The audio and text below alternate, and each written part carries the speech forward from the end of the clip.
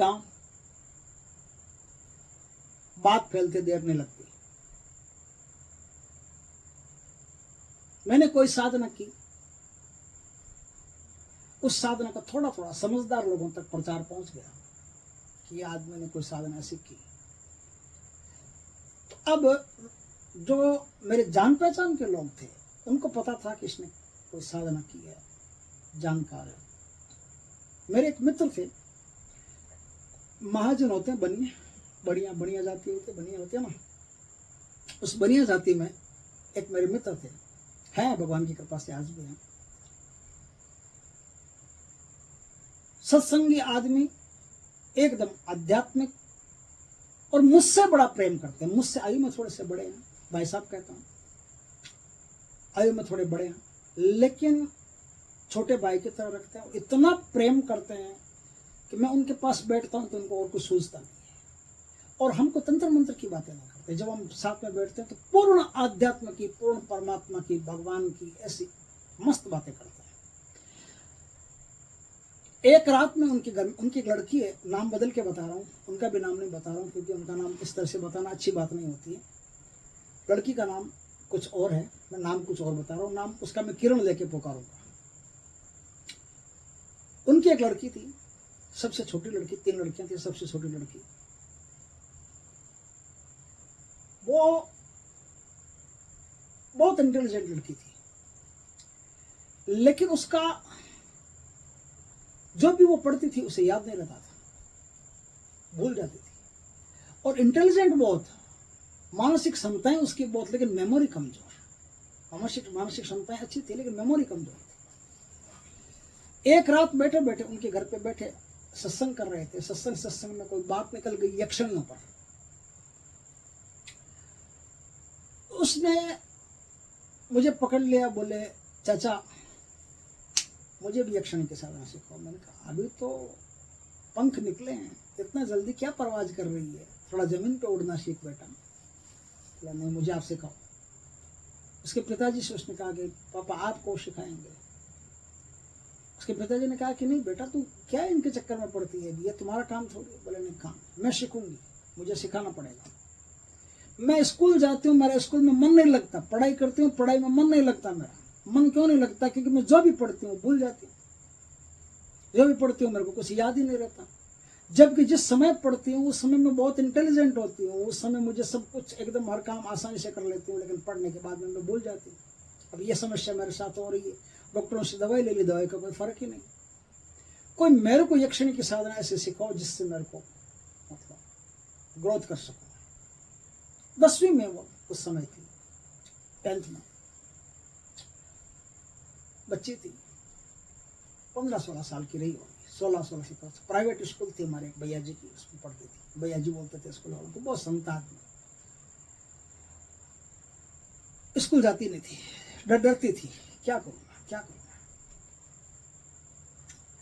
उसके पिताजी ने कहा कि भैया आप इतना कर रही है तो कमल सिखा दे, तो कुछ जानता है। तो मैंने कहा यार मैंने जिस साधना को किया वो तो इनके काम की नहीं है, इनके काम की जो साधना है वो साधना तो मैं इनको सिखा देता हूँ। ये एक विद्या यक्षिणी की साधना, 21 दिन की साधना। मैंने कहा 21 दिन की साधना कर लेगी? बोले हाँ कर लो। मैंने कहा इसमें कोई खतरा भी नहीं है, और जो विद्यार्थी वर्ग के होते हैं वो इस साधना को कर लेते हैं तो बढ़िया रहता है। ये भी मेरा एक साधना का अनुभव है, गजब का अनुभव है, आपको मजा आएगा सुनकर। उसने जैसे जैसे बताया वैसे वैसे साधना को किया। 21 दिन पूरे हो गए, कुछ नहीं हुआ। उसने कहा कुछ नहीं हुआ। मैंने कहा मैं क्या करूँ कुछ नहीं हुआ तो? साधना तो ऐसे ही होती है, साधना ऐसे ही की जाती है। अब देखो कुछ नहीं हुआ। बोले कोई बात नहीं, कुछ नहीं हुआ, मैं आगे और करूँगी। देखो कई बार साधना में क्या होता है, इस बात को थोड़ा ध्यान में रखना जरूरी है।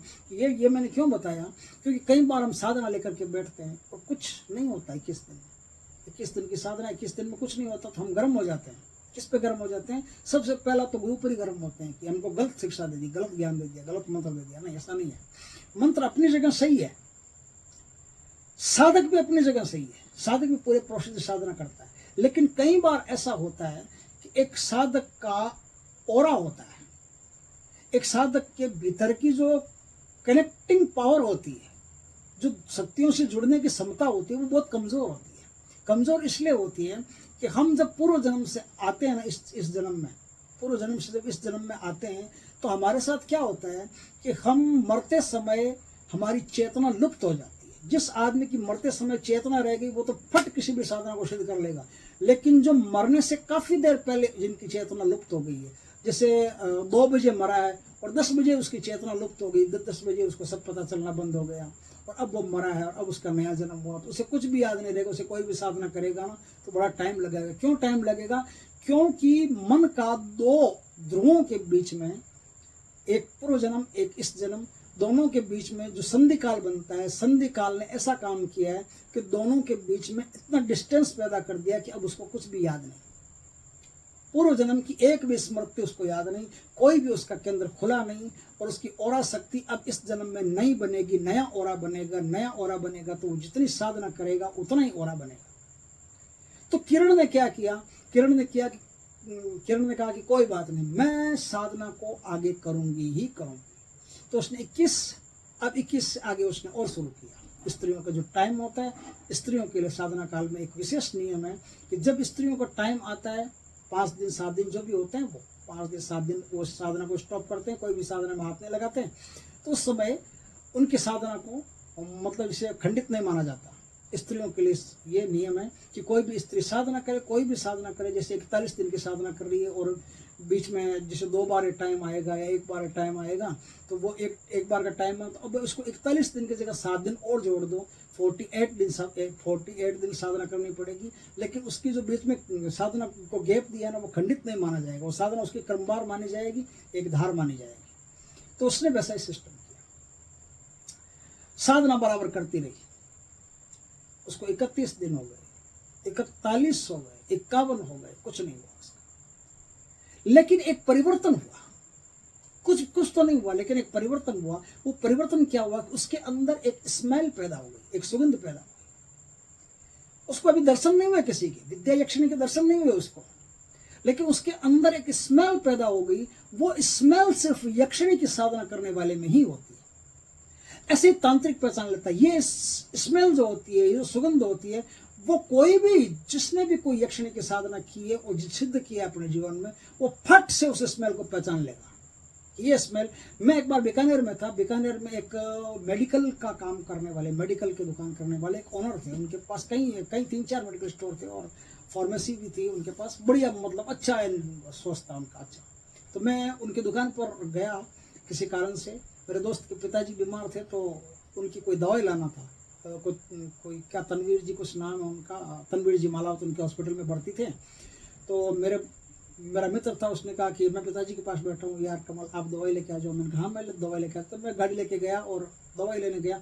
तो जैसे ही मैंने उस आदमी से बात की, वैसे तुरंत पकड़ में आ गया कि ये यक्षिणी का साधक और यक्षिणी इसके सिद्ध की हुई है। तो मैंने एक झटके मैंने कहा कि महाराज अच्छा, जो भी बात हुई, मैंने कहा गोल्डन लाइन। बोले क्या गोल्डन लाइन? मैंने कहा गर्म मत हो, समझ लो थोड़ा सा बात को। गोल्डन लाइन क्या? बोलो गोल्डन लाइन क्या होती है? मैंने कहा गोल्डन लाइन होती है, अभी ये बैठे हैं 2 मिनट बाहर या अंदर और कहीं, चलो बात करते हैं। तो वो समझ गया आदमी कि ये कुछ जानता है या कुछ ऐसी बात है। तो उसने कहा कि क्या बात है बताओ। मैंने कहा स्वर्ण रेखा। अरे बोले यार आपको कैसे पता चला? मैंने कहा भाई जिस नाव के आप सवार हो उसी नाव में मैं भी तो बैठा हूँ। तो अगर आपने कोई भी यक्षिणी की साधना की है जीवन में, तो आप किसी भी यक्षिणी के साधक को 2 मिनट में पहचान लोगे, पकड़ लोगे, और यहां तक पता चल जाएगा कि इनके पास कौन सी यक्षिणी अभी है। तो यक्षिणियों में खास बात होती है कि जैसे ही किसी व्यक्ति के जीवन में यक्षिणी प्रवेश करती है, उसके शरीर की स्मेल जो होती है, सुगंध जो होती है, उस सुगंध बदल जाती है। सुगंध बदल जाती है तो कोई भी तांत्रिक उसको आराम से पकड़ लेता है। तो किरण के पास मैं जब भी बैठता था तो एक स्मेल महसूस करता था। मुझे ये तो पता था कि विद्या यक्षिणी इनके जीवन में प्रवेश तो कर चुकी है, लेकिन दिखाई नहीं दे रही है। दिखाई नहीं देने का कारण इनका पटल अभी खुला नहीं है। पटल जब तक नहीं खुला तब तक दिखाई देने का सवाल नहीं। चाहे कितना समय लग जाए, जब तक पटल नहीं खुलेगा तब तक शक्ति दर्शन नहीं देगी। शक्ति दर्शन देना चाहती है, शक्ति को कोई लेना देना नहीं कि आपको दर्शन दे या नहीं दे। वो तो जीवन में आ चुके तो दर्शन तो देगी, लेकिन आपका पटल ही अगर बंद है तो आप देख नहीं पा रहे हो। अगर आपने पटल खोल लिया या आपका पटल किसी वजह से खुल गया तो जितनी शक्तियां आसपास है सबको देख लोगे। तो अभी किरण का पटल नहीं खुला, छोटी आयु पटल नहीं खुला। तो मैंने उसको एक विद्या और बताई। मैंने कहा देख, अब उसका समय भी काफी हो गया, अब उसको साल भर के आसपास होना शुरू हो गया। लगभग 10 महीने उसने साधना कर ली, 10 महीने उसका कुछ नहीं हुआ, लेकिन स्मेल उसके अंदर हुई। एक परिवर्तन और हुआ। एक परिवर्तन यह हुआ कि अब उसने स्कूल जाना काफी कम कर दिया। अभी तक कोई सिद्धि प्राप्त नहीं हुई है, लेकिन स्कूल जाना काफी कम कर दिया।